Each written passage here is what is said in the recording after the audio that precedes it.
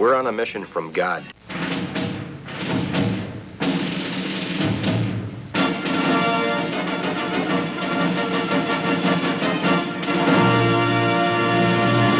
And now for something completely different.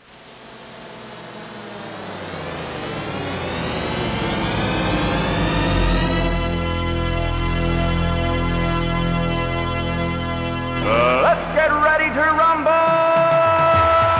Yeah, baby, yeah! This is Pastor Jolly John Lekumsky coming to you from my home in New Athens, Illinois. And this is Pastor Matt Youngblood Clark coming to you from my office here where I serve as pastor at Ascension Lutheran Church in beautiful South St. Louis. And you are listening to Wrestling with the Basics on KFUO radio or on your favorite podcast. So, Matt, you know, my wife has this calendar that has a joke, a pun for every day, and we're falling behind. So here's what I want to do to start off the show. Have you got a timer handy? I certainly do. Right here on my handy cell phone, I've got my stopwatch feature. Okay, so what I want you to do, I want you to say go and start the stopwatch. I'm going to see how many jokes I can get in a minute. All right? Okay. Because we don't want to So waste a lot of time. Just a minute. Got it. You want me to keep count too of the jokes? Oh, can you? Well, I don't know. Yeah. Can you do I think that? I can do both. Oh, man, I am impressed. You young guys, you are so much. All right, if you can keep track of the number as well as, don't mess up the clock, though, because it's important. We're going for the Guinness Book record of how many jokes can be done in a minute. All right. On a show called Wrestling with the Basics. I kind of think we've got it. We got it sewed up. That broadcast on KFUO radio. Okay, Yeah. I think it's kind of a niche area. I think we can do pretty well at this. But we'll make the next Guinness book. That's all we care about. All right, you tell me when to start. Okay, I'll give you a countdown. 3, Yeah. 2, 1, go. Lord of the Rings, now you're Tolkien. The past, present, and future walk into a bar. It was tense. A century ago, two brothers insisted that it was possible to fly, and as you can see, they were right. I had a glass of the best milk I've ever tasted today. It was legendary. My friend Tony told me not to say his name backwards. I replied, why not? I got fired from the keyboard factory yesterday. I guess I wasn't putting in enough shifts. I once heard of a knight that would fight using only a block of cheese. The legends say it was extra sharp. A pun is not completely matured until it is fully grown. The only way to cure the invisible man is to take him to the ICU. My cat swallowed a ball of wool a few months ago. She's just had mittens. When I lose the TV controller, it's always hidden in some remote destination. Is the minute not up yet? It's it was. Okay. And when you asked, it was on the nose. 1 minute exactly, John. I don't know if I could do anymore. I know that was great. Well, we don't know if we can handle anymore, so that's good. That's right. So did we get a count? We did. So we have, by my count, that was 11 jokes in 1 minute. Congratulations, John. Whoa. Well done. So that's about 5 a second? Something like, or I mean, 1 every 5 seconds? One every Something 5 like that? seconds. Yeah, a little better than 1 every 5. No, I guess a little less than 1 every 5 seconds. But, all right, well, we'll keep working on it. We'll see if we can break our record in the future. 11 in 1 minute. We'll see if we can do 12. Very nice. Now, if we were keeping track of the good jokes, our number would be a little lower. But oh, that might be 0. If we did that over a whole series of episodes, it probably would be 1, maybe 2. That's right. All right, we really need to get on to, because people listen to us not just for the bad jokes. Maybe no one listens to us for the bad jokes. I have no idea. But I do hope we do a good job of doing what we talked about last week, which is bringing people the testimony of witnesses. And we have another testimony from a man named John. And he got to hear Jesus pray for the disciples right before Jesus is crucified. And that's where you're going to take us today, right, Matt? That's right, John. The high priestly prayer. Can I ask you a question? Yes. Or maybe you're going to if you're going to deal with this in your presentation, go ahead and say, but why do they call it the high priestly prayer? I just got to thinking about that. Yeah, that's a good question. For me, I would answer that in part just by saying, what does a high priest do, right? And Yeah. part of what the high priest does when we read about that role in the Old Testament, even, is brings the prayers of the people before the Lord, right? And represents the people before God. And I think Jesus is very much fulfilling that role in this prayer. As we listen to Jesus pray, that's one of the things I want our listeners to really listen for is who is Jesus praying for? And I'll give you a hint, it's really not himself. He mentions Yeah. himself in this prayer, but guess what? This really isn't a prayer about Jesus, it's a prayer about someone else. And I think in that we really see his high priestly role. He's representing someone else before the Father in heaven, bringing this petition before the Father on their behalf. So that'd be my answer, John. In this case, certainly that's part of it. I think the other part of it might be, that when this prayer is being prayed. So, do you remember when this prayer is being prayed, John? This prayer at the end of the Gospel of John? Right, right. Well, I kind of just said that earlier, right before Jesus is crucified, right before they Yeah. come. I mean, are we in the Garden of Gethsemane here? It, I'm it trying to seems like we're remember. in the upper room, maybe even Okay, here. okay, yeah, yeah, And it is right after the Passover celebration, the institutes of the Lord's Supper, and you're exactly right. It's just a matter of hours before he's arrested and on trial, and then finally crucified. And I think the priestly aspect of that, right? Sometimes we think of Jesus as both priest and victim, hmm, yeah. and as Jesus anticipates that role, he prays this prayer. So, maybe in a high priestly aspect there too. But I think just knowing the context of this prayer makes it all the more powerful. What are the words that Jesus chooses to pray in these last hours of his life here on this earth, right? Leading up to his crucifixion. What is on his heart, right? And I think that prayer reveals that to us. And the fact, by the way, that he's not praying silently, okay, that Yeah. he's praying out loud. He wants this to be heard by his disciples, Yeah. and they're absolutely going to need to know this prayer because they don't know that Jesus is going to die. They think they're going to be brave and courageous men, and yet they're going to learn the truth that they are just a bunch of cowards Yeah. without Jesus, without His Yeah. Spirit. Yeah, I love that So detail, because Jesus, yeah, he's lifting up chapter 17 begins. Jesus lifts up his eyes and then says, he's speaking out yeah. loud these words. It's heard by all. So I guess, to introduce this a little more, I remember, early on in ministry visiting someone in their home, an older gentleman who might have been the first time I met him, is shut in and, having a conversation with him about life and asking questions and really kind of receiving just 1-2 word answers. And I'm thinking, boy, I am crashing and burning with this with this individual, right? It's time to pray together. And I said, well, do you have anything you'd like to pray about? Anything you'd like for us to include in our prayers together? And that's when, boy, he just opened up about his own health related issues, the specific struggles of his family members, things that were really on his heart. He revealed in the form of prayer requests. And I think there's a truth to be learned there. And that's this: if you really want to know what's on someone's heart, listen to them pray. If you really want to know what's on someone's heart, listen to them pray. Because I think when they pray, we're honest. At least I hope we're honest, right? We hopefully bear everything before God, and we're honest before Him, not hiding anything, because after all, God knows it already anyway, right? So hopefully, in our own prayer life, we practice that too. That we really do share what's in our heart with the Lord, and I think that same truth is seen here. That we really see what is on Jesus' heart as He prays in this upper room on Maundy Thursday. And as we listen to the prayer, again, try to answer that question: who is on Jesus' heart? So, yeah, And you it's ready to read the prayer, well, John? yeah. Or I was just going to say real quick. It's interesting because my professor, Dr. Nagel, said the exact same thing. If you want to really know what a person believes, he Mm, said, yeah, you need to listen to their prayers. Yeah. Okay, so we're going to see what Jesus actually believes. Yeah. What Yeah. it is he thinks, what's on his heart. Where would you like me to start So reading? yeah, let's go ahead and focus on verses 13 through 19 of this prayer. Okay. But now I, that's Jesus, I am coming to you, and these things I speak in the world, that they may have my joy fulfilled in themselves.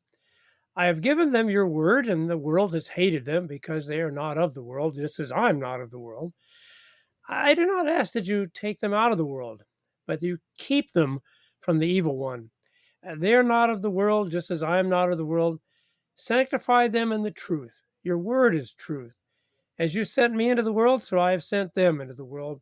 And for their sake I consecrate myself, that they also may be sanctified in truth. Yeah, thanks, John. So we get to listen in on Jesus pray. I think that's pretty cool. Yeah. So as he prays to his Father in heaven, who is on his heart? Who is he praying for? Well, he's praying for his disciples.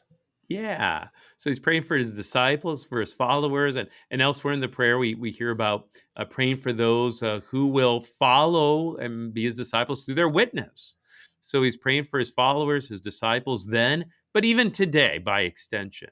So I think For us, for man. us, Right? Yeah. amen. So in a very real way, I mean, you're on Jesus' heart. Whoever our listeners are, if you're a follower Oh, of Jesus neat. Christ, you're on Jesus' heart as he prays Yeah. this prayer just before his death. I think that's pretty cool. And if that's the case, That then is. Jesus is really praying for you. Well, then what is Jesus asking the Father for in your behalf? And that's what I want to look at today.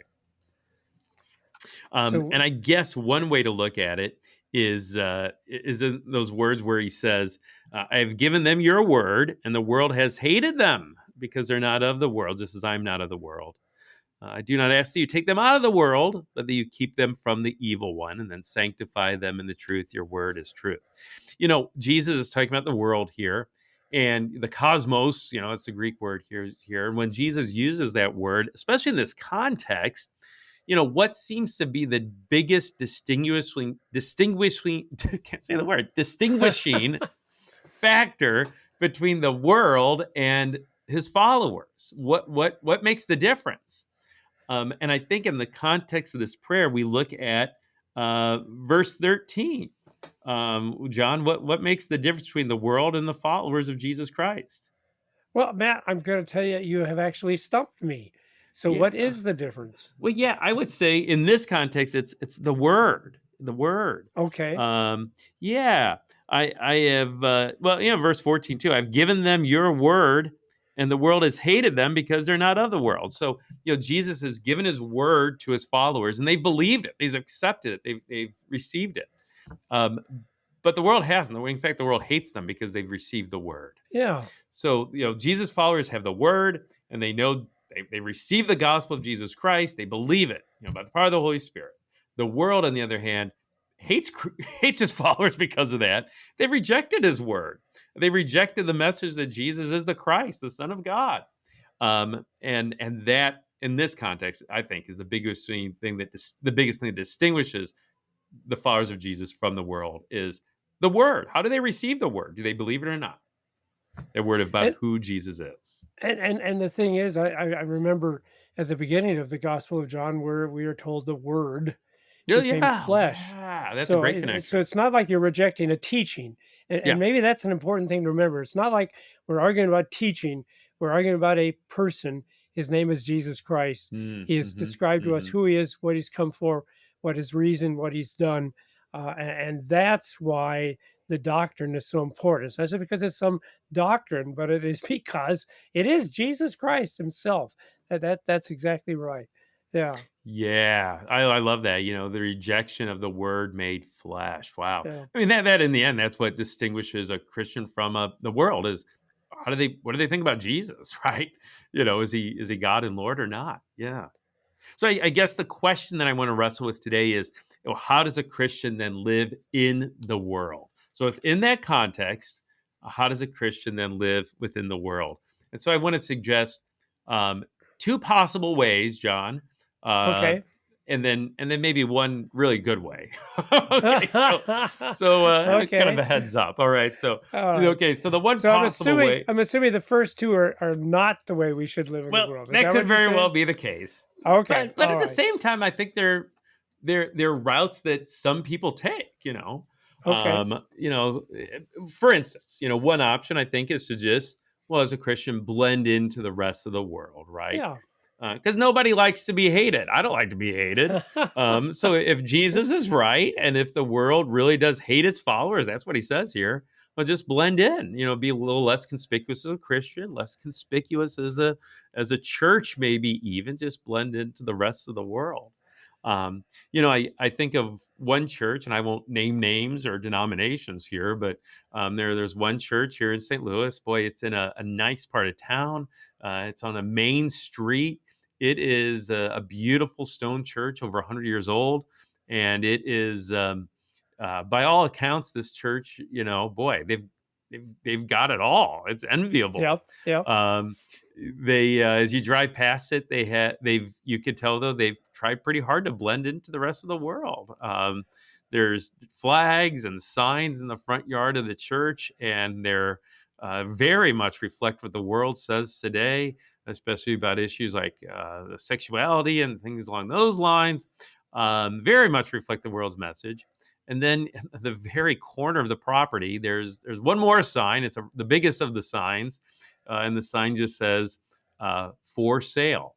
Oh, So my. yeah, Okay. yeah, yeah. Yeah. So the church, the property, it's all for sale. The church has dwindled that much in size, and yeah, they're selling the place, lock, stock, and barrel. It was in the newspaper not too long ago, one of the papers in St. Louis, and and it's like, well, golly, what's going on? They're trying to blend into the world, and they've got it made, and um, but yet it's maybe shouldn't come as a surprise. In fact, that I won't. Again, we'll name denominations and Yeah. pick on people, but that denomination they belong to is the whole denomination seems to be going the same way, trying to blend into the world, and it's shrinking. It's one of the fastest shrinking denominations today.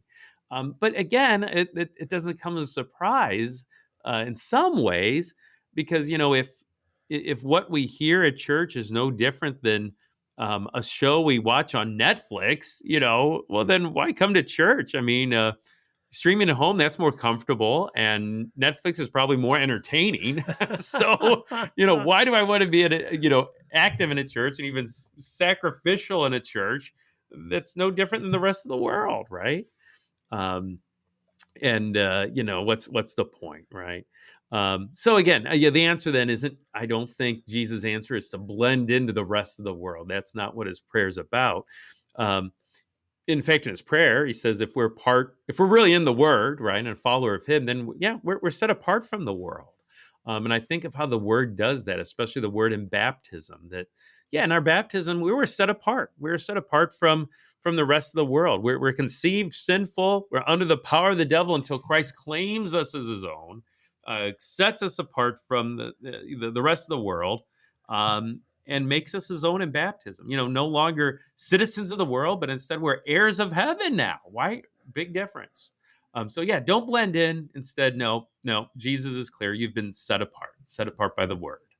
Yeah. And I just have to make two comments.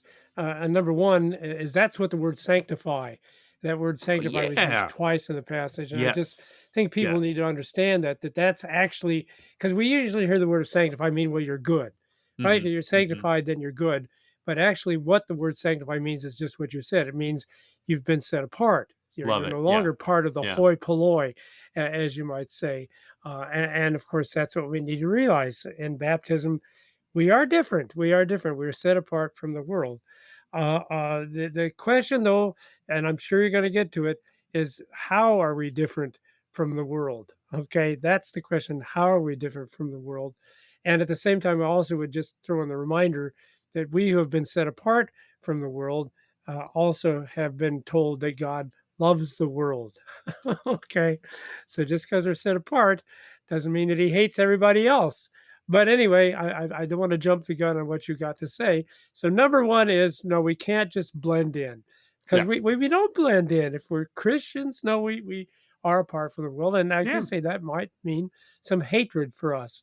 What's number That's what two, Matt? Jesus says, at least. Yeah. Yeah, Yeah. yeah. Okay. Number two, John. Yeah. Option number two. Okay. You're not going for option number one. I can tell. No, So, no. so option number two is okay. How's a Christian in the world? Well, considering how bad the world is, okay. All right. Jesus, seems, as a thing that's pretty bad not to receive his word. Right. So maybe the answer is, well, we just don't live in the world. Right. As a Yeah. Christian, maybe we retreat from the world. Right. And maybe we kind of lock the doors of our homes and we shelter in place where we want to be safe from this virus that is the world, the big bad world out there, right? Because again, it hates us anyway. So yeah, as for me and my house, we will serve the Lord, and the world can just go to hell, right? That's option number two for you, John. And sadly, hopefully, sadly, so that's I don't think that's even the answer that some Christians have individually, but maybe some churches and congregations have, and maybe we don't even realize it, right? That instead of our doors being open and welcome to all people for whom Christ died, right? Instead, we sort of close our doors to keep out the world and to ensure that those who come to church are just the good people, or just the good Lutheran people, John, or just the good Lutheran people who are well dressed and keep their kids quiet at church. But no. That's not at all what we should be doing. I mean, if the church was just full of good people, it would be an empty church. The pulpit would be empty, for crying out loud, if it was just good people in the church. That's not the answer either. The answer is not to isolate ourselves from the world. In fact, Jesus, again, in his prayer, even says that he has sent them into the world, right? Verse 18, I've sent them into the world just as you've sent me, right? So instead of isolating from the world, no, we're called to be in the world, but to be witnesses, in the world. Think about that. I mean, Luther talked about this too. He was pretty critical of the monastic life and thinking that it was Yes. somehow holier, that if you're a monk and locked behind closed doors, separated from the rest of the world, you're somehow living a holier life. And he said, well, no, not at all. It's hard to serve our neighbor. It's hard to love our neighbor if if we're separated from our neighbor. So really, to fulfill that calling, yeah, we got to be in the world. To isolate ourselves, that's not the right answer either. That's not a faithful response, and that's not a faithful way to live as a Christian in the world. Yeah. And it's ironic because you talked about monasticism, and what was ironic is they actually thought that is what made them good, because they did Yes. separate themselves from the world Yes. because they didn't participate in Yeah. anything. But you're right. He says right there, I did not. He doesn't pray that we'd be taken out of the world. That was never the plan, that we would just leave all of this evil and wickedness that's out there, the hatred that we have to deal with. So that's not the plan. So Yeah. Matt, we're now down to the third option, which I'm hoping, is there one that we should be doing? Yes. Because we and shouldn't for- blend, yeah, and we yeah, shouldn't yeah, just yes. leave the world. So what how should it be? What does Jesus pray for us? Yeah, I thank you, John, because I think for that right answer, we need to go back to Jesus' words, right? Not to Matt's words, right, or John's, but us, the two of us, but to Jesus' words. And again, we go back to his prayer. And again, Jesus has us, his followers, on his heart as he prays again. Father, I do not ask that you take them out of the world, but that you keep them from the evil one, right? Yeah. And to me, that sounds a lot like another prayer that Jesus prays. The Lord's Prayer, right? Yeah. Father, deliver us from evil. And, the original Greek text there says the evil one. Deliver us from the evil one. Martin Luther, in his large catechism, he writes about that petition, and he says, there is nothing for us to do upon earth but to pray against this arch enemy, the devil, without stopping. For unless God preserved us, we would not be safe from this enemy for even an hour. That God keeps us from the evil one. I think of, I don't know if you heard about that story, but a few weeks ago, there was an attempted shooting in a church in Pittsburgh. And this gunman it's on video. You can watch it.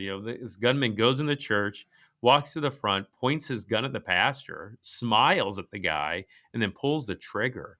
and the Oh, my. gun jams. It doesn't go Oh, off. And wow. then one of the elders of the church, subdues the guy and wrestles him to the ground. I think that's an example. What a sad situation. And I think, was that the work of the evil one, that act of violence? And I think, well, yeah, sure seems like it. Of course, yeah. Of course, yeah. And was it the work of God keeping that congregation and pastor from the evil one? And I'd say, well, it sure seems a lot like it too, right? One example of being in the world, but yet being kept from the evil one. How do we live as a Christian in the world? Well, Jesus doesn't pray to his Father, take them out of the world. In fact, it's just the opposite. No, I don't want you to take them out of the world, Father, he says, but keep them from the evil one. And so to live as Christians in this world, realizing that, we are sent into it, just like Jesus was sent into the world. And as we go about our lives, being witnesses to others, sharing the word and the word made flesh with others, confident that God's going to keep us from the evil one. That's Jesus' prayer for us. And he does that through his word. That's what I'm going to go back to again. His word in baptism that claims us, his word in Holy Communion that sustains us in faith, the word in the benediction that sends us out in peace, right back into the world to be witnesses.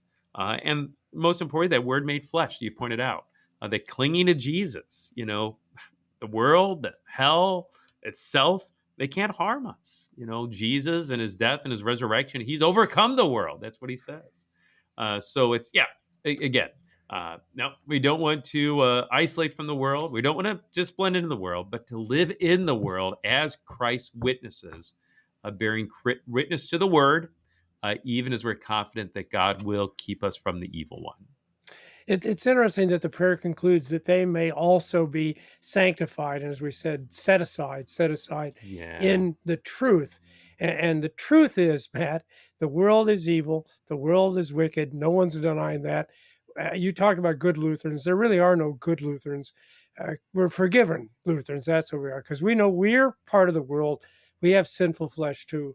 But that reminder, again, coming from the Gospel of John, for God so loved the world. So how could we blend in? How could we separate ourselves from, when we know that what the Lord Jesus wants is to bring his love and his forgiveness to everybody out there, especially the people who don't deserve it.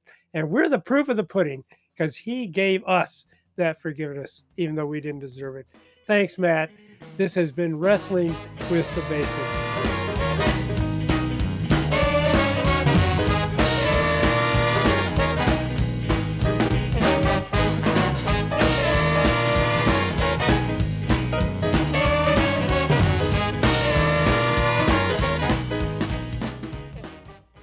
Showing support for KFUO is now easier than ever. You can sport a KFUO shirt, swag, or even socks by visiting our online store. Go to kfuo.org/store and order high-quality KFUO-branded merch. You no longer need to wait for our annual share-a-thon for a chance to show your KFUO spirit. Visually share and wear this ministry out in the world by checking out our selection. Every purchase helps to support our proclamation of Christ for you, anytime, anywhere. Go to kfuo.org/store.